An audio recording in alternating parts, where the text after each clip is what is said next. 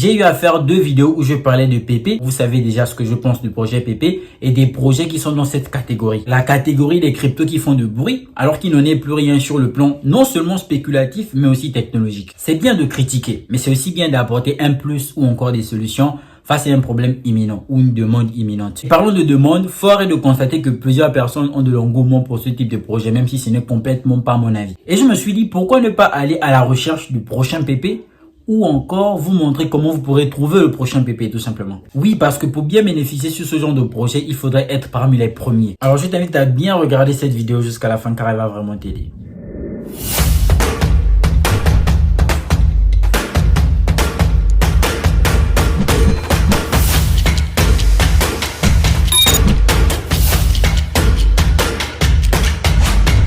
Bonjour à toutes et à tous, j'espère que vous allez bien. Bienvenue sur Luis Crypto si tu es nouveau. Ici, je te parle de crypto-monnaie, de révolution capitale blockchain de le secteur économique. Si c'est une thématique qui te parle, je t'invite à bien vouloir t'abonner en activant cette petite cloche de notification pour ne rater aucune prochaine vidéo qui paraîtra sur la chaîne. C'est parti. L'outil qu'on va utiliser aujourd'hui pour faire notre analyse sera Dextool. Habituellement, lorsqu'on veut savoir si un projet vient d'être listé sur le marché, on va aller sur les sites les plus connus tels que CoinMarketCap, CoinGecko, CryptoRank, Messari, etc. Sur CoinMarketCap, par exemple, on a cette partie qui est relative aux cryptos récemment ajoutés. Donc, il y a la possibilité pour nous de venir sur plus. Ainsi, on aura la liste des projets qui ont récemment été ajoutés, constitués des projets qui évoluent sur plusieurs blockchains. En l'occurrence, le processus de tokenisation, le fait pour un jeton d'évoluer sur une blockchain qui n'est justement pas la sienne. Là, par exemple, on a le premier projet qui est Reality VR, donc le RVR. Capitalisation boursière, son volume en termes de transactions,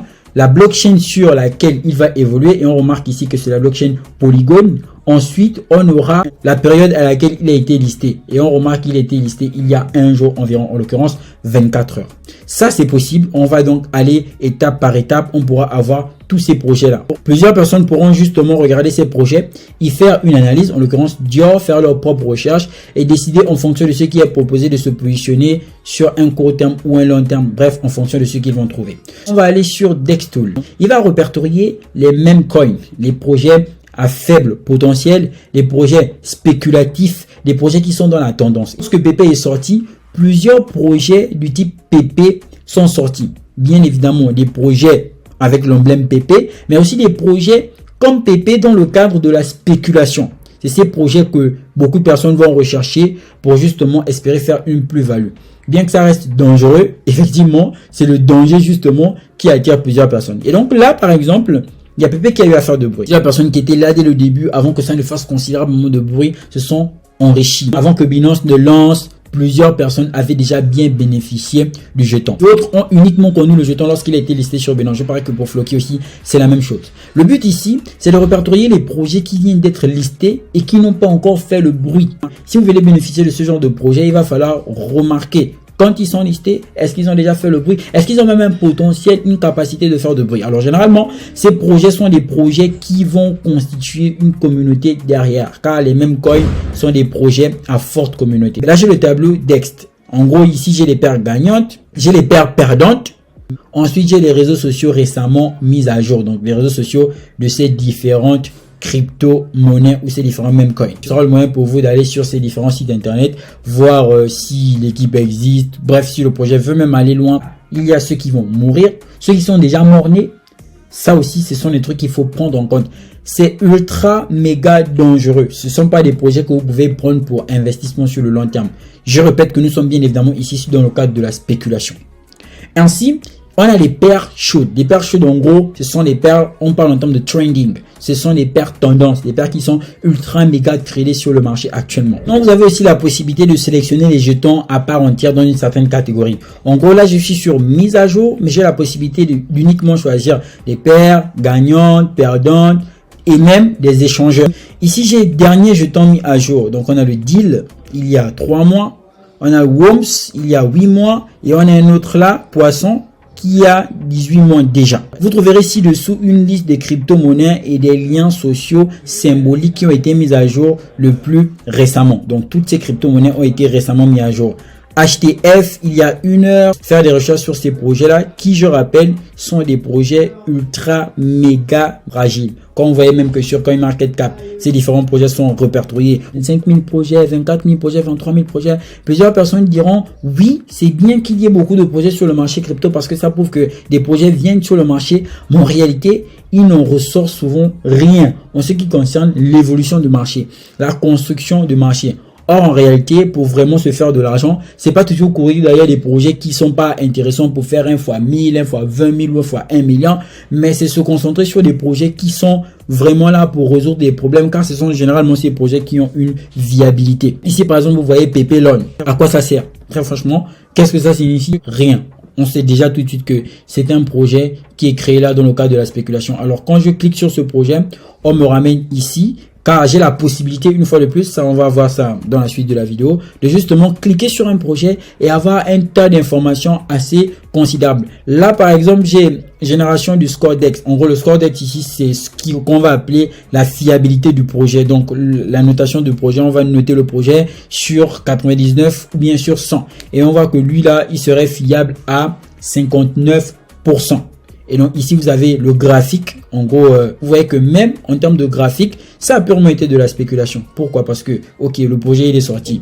Il a eu cette bougie verte là qui a eu une très longue mèche, ou encore appelée une ombre, jusqu'à 0,0, il y a plusieurs zéros je pense bien, 4, avant de tout simplement rechuter. Donc ce genre de projet là, il y a des gens qui peuvent arriver et ils se disent que effectivement ils ont croisé la pépite. À partir de là, ils vont y investir alors que il n'en est tout simplement rien.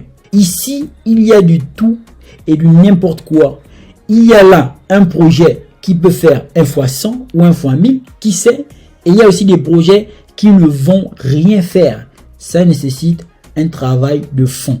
Et peu importe le travail qui sera abattu, c'est toujours des projets ultra méga fragiles qui sont justement là pour la spéculation. Alors tout ici, j'ai la possibilité de cliquer sur l'explorateur des paires. Je vais tomber sur les nouvelles paires en direct. Lorsque je viens sur les nouvelles paires en direct, là j'aurai, n'est-ce pas, des crypto-monnaies qui viennent d'être à l'instant T ajoutées. Ce projet chinois, mandarin, c'est pas vraiment, je sais pas de quoi il s'agit, vient d'être ajouté il y a 3 minutes 27 secondes.